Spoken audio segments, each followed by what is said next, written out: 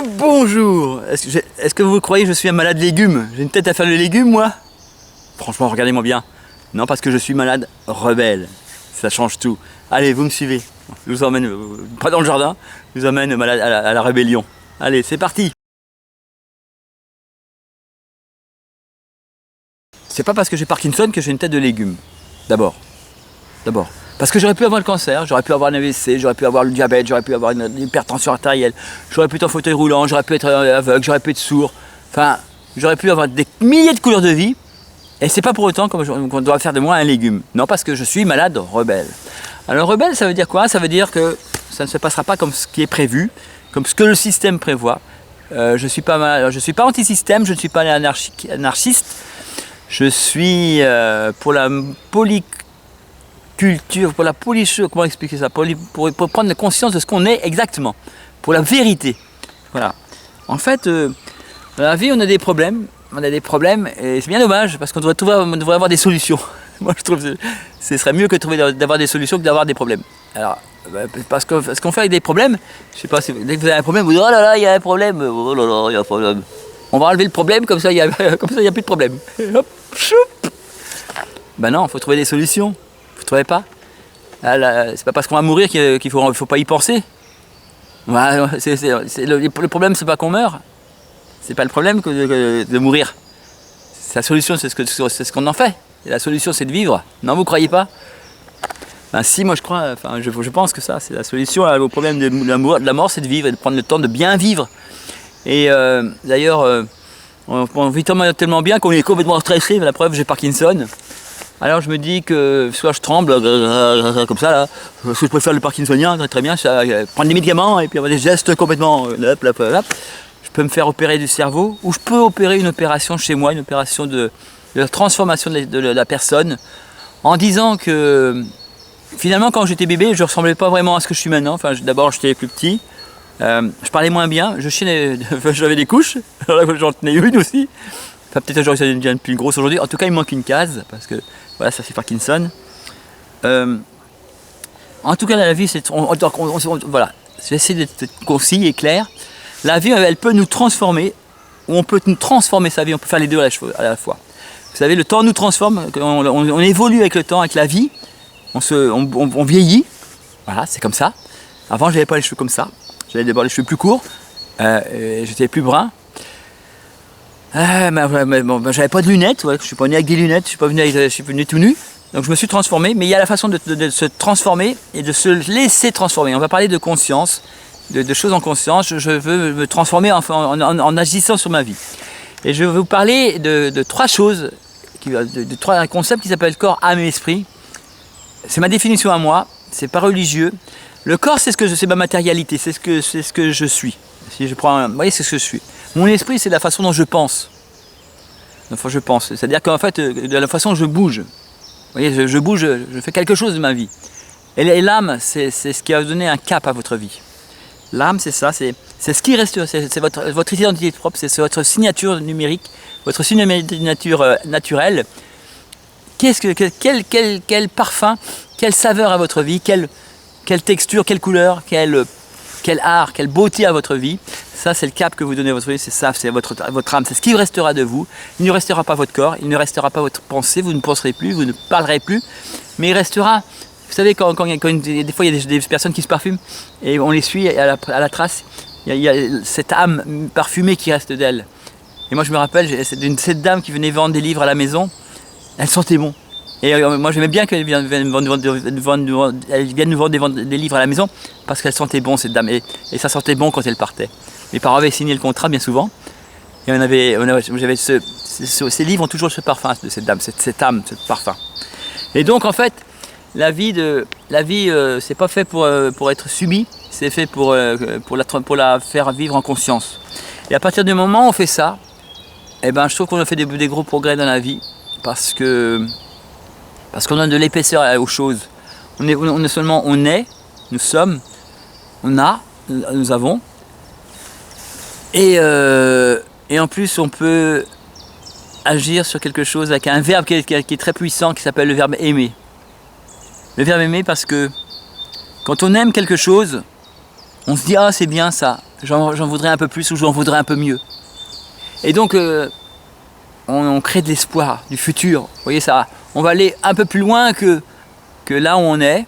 On va donner de la conscience au futur, on va enrichir notre futur, on va rêver. Et je crois que nous sommes une société qui ne rêve plus, on laisse rêver à notre place, on nous dit ce qu'il faut rêver, on nous laisse penser ce qu'il faut penser avec les journaux, on achète de l'information, on achète de la déformation, moi je dis. On achète de la peur en tout cas. Il faut reprendre le pouvoir sur nous-mêmes. La maladie c'est ça, c'est un voyage, c'est un événement dans la vie, ou le handicap c'est pareil, c'est un événement dans votre vie qui n'est pas grave, c'est simplement un signe qu'il faut revoir votre vie. Se dire voilà, je suis allé dans le mur, c'est pas grave, c'est un échec. Et un échec c'est pas grave, c'est juste comme quand vous avez appris à marcher, quand vous avez appris à être propre, vous avez fait caca dans votre culotte, vous êtes tombé par terre. Vous avez dit ben, ça plus jamais, je vais rêver à autre chose, je vais donner de l'espoir. Et quand vous donnez de l'espoir à quelque chose, vous gagnez de la confiance parce que vous dites finalement ce soir ça va mieux que ce matin. Ce matin je me suis levé, j'allais pas bien, j'avais mal partout. Et j'ai donné de l'espoir à ma vie. Je me suis dit, bah, c'est pas grave, tu vas aimer ta maladie, tu vas aimer ce qui t'arrive, tu vas aimer tes malheurs. Et tu vas faire quelque chose de bien de ça. Tu vas regarder ça de façon non pas négative, et, oh là là, qu'est-ce qui va m'arriver, mais qu'est-ce que je peux rêver d'arriver, qu'est-ce que je peux rêver qui m'arrive. Vous voyez, le rêve, ça va avec le mot aimer, ça donne de l'espoir, de l'avenir au malheur et à ce qui est. Et donc quand vous rêvez que vos rêves deviennent réalité, et ben vous gagnez de la confiance. Et quand vous gagnez de la confiance, vous gagnez nécessairement de la présence, puisque vous dites eh ben, je suis présent à moi-même, je suis présent d'abord aux autres, c'est les autres, parce que les autres c'est très important aussi. Je donne de l'épaisseur à ça, et finalement, ça je me trouve bien. Et je vais en profiter pour parler du médicament. Le médicament, c'est ni plus ni moins que ça. Vous avez mal à la tête, oh là là, j'ai mal à la tête. Mais je sais qu'il y a une présence dans l'armoire de la pharmacie. Il y a un truc qui est tout blanc qui s'appelle le paracétamol. Et le paracétamol, je sais que quand je le prends, ça me fait du bien. Donc vous voyez, je rêve. Je sais que si j'arrive à la pharmacie, eh ben, mon rêve va devenir réalité. Je vais me faire du bien. Et donc, je vais avoir de l'espoir. Si je prends du paracétamol, ça ira mieux. Et ça, c'est ce qui se passe.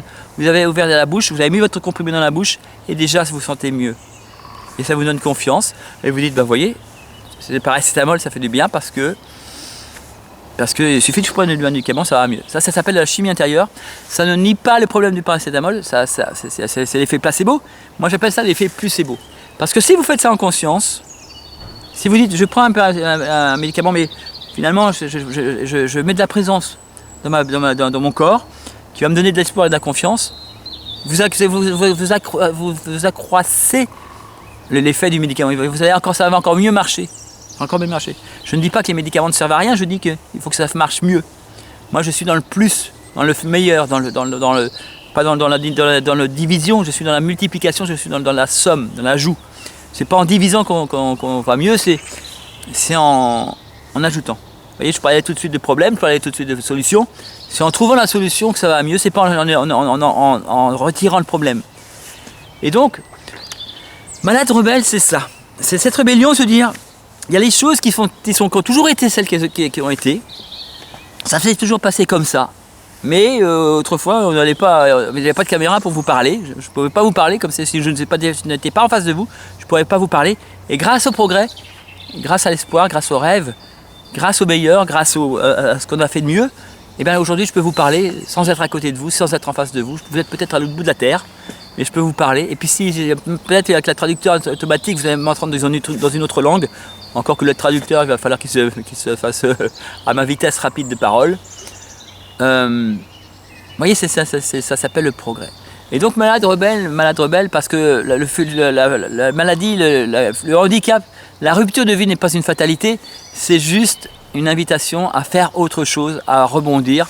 Comme quand vous avez fait caca dans votre culotte, comme quand vous êtes tombé par terre quand vous avez appris à marcher, vous avez échoué, et bien il faut vous reconstruire autrement.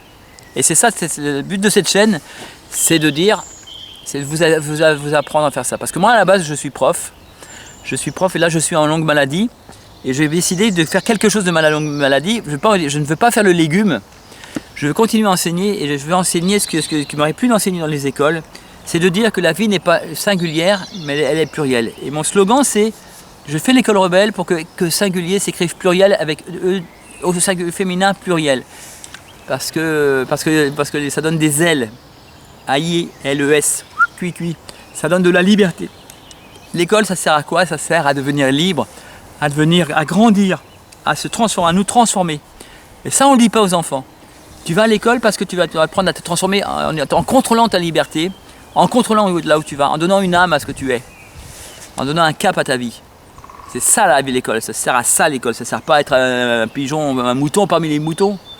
Et parce que quand j'allais dans les écoles, moi j'étais remplaçant à la fin, et je demandais aux enfants, pourquoi on est là ce matin, qu'est-ce qu'on va faire ensemble? Ben, on va travailler. Ah, on va travailler, mais on va faire quoi? Pourquoi faire? Ben, ça c'était la bonne question, ou la mauvaise question. Les gens ne savaient pas. Et donc voilà. Donc on va faire l'école rebelle. Alors j'ai besoin de budget parce que j'ai besoin de vivre de ça. J'ai besoin d'audience évidemment, mais ça dépendra de mon talent. Et j'ai envie de dire j'ai envie que ce soit une épreuve collective, enfin, une aventure collective, parce que les conquêtes se font à plusieurs. On n'est rien quand on est tout seul. Et surtout quand on est handicapable, on s'aperçoit qu'on a un regard sur les choses et qu'on n'a pas forcément le bon regard, le bon angle sur les choses. Et je voudrais créer une dynamique handicapable, une force de vie handicapable, en disant pourquoi ne pas faire une chaîne du handicap? Nous sommes 20 millions, enfin moi j'appelle ça la handi-maladie. Nous sommes 20 millions de Français qui arrivent à souffrir de la maladie de chronique, 14 millions de personnes handicapées, 9 millions d'aidants. Nous avons des réponses à trouver, des solutions à trouver, mais c'est ensemble que nous trouvons les solutions. Nous ne sommes rien tout seuls, c'est ensemble que nous sommes. Je vous ferai une vidéo sur le puzzle. En fait, je voudrais bien avoir une équipe de gens avec des caméramans, des preneurs de son, faire une équipe avec des journalistes, tout ça, de façon à ce qu'on crée une belle chaîne vidéo, une chaîne ambitieuse, et qui parle vraiment des choses de la vie et qui présente la vie sur ces formes couleurs, sous le mot couleur de vie, couleur avec un S.